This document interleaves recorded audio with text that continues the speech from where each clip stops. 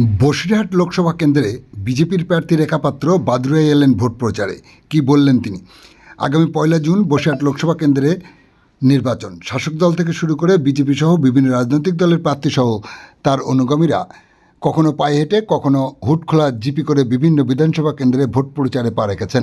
এমনই সময়ের নির্বাচনী প্রচারে বসিরহাট লোকসভা কেন্দ্রে বিজেপির প্রার্থী রেখা পাত্র বাদুড়িয়াতে সাংবাদিক বার্তায় কি বললেন তিনি শোনাবো আপনাদের।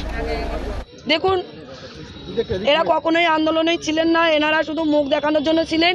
এনারা কখনোই আমাদের এই আন্দোলনে ছিলেন না। এরা তৃণমূলেরই একজন সদস্যর স্ত্রী, তাই আমি এনাদের নিয়ে বাড়তি কিছু বলবো না। এরা ছিল না সেখানে আমাদের কিছু বলার নেই। আজকে যে মা বোনেরা ছিল তাদের ওপরেই কালকের এই অ্যাটাক হয়েছে, এটা আপনারা দেখতে পাচ্ছেন। এবং তার কপাল জোরে সে বেঁচে গেছে। তাকে তো পুরো মার্ডার করে দেওয়ার হুমকি দেওয়া ছিল। তার হাতে 3 জনের হাতে আর্ম ছিল, ধারালো অস্ত্র ছিল। তাহলে বুঝতেই পারছেন এখানে তৃণমূল বাহিনী কিভাবে সন্দেশকালীন মা বোনেদের উপরে অত্যাচার চালিয়ে যাচ্ছে। দেখুন, এরকম কোনো ব্যাপার নয়, যেটা হবে সেটা আপনারা নিশ্চয়ই জানতে পারবেন।